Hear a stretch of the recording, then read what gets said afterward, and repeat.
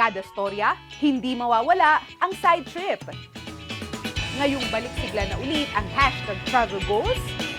Tara sa 7 waterfalls ng Lake Cebu.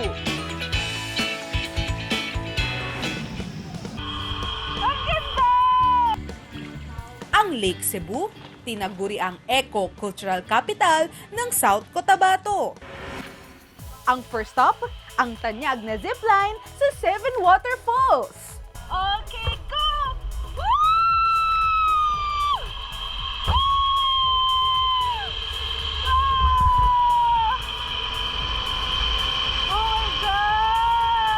Literal na mapapawaw ka sa itaas sa view ng rumaragasang mga talon. At may bonus pa na rainbow.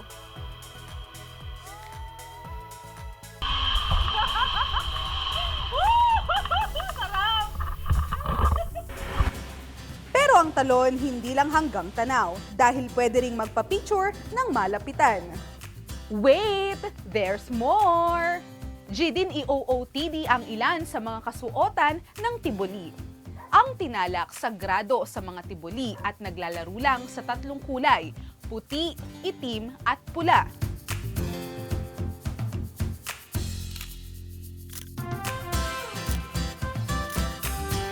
Kung gusto namang mag-moment, sakay na sa floating cottage na ito na may kasamang cultural dance at pagtugtog ng kubing.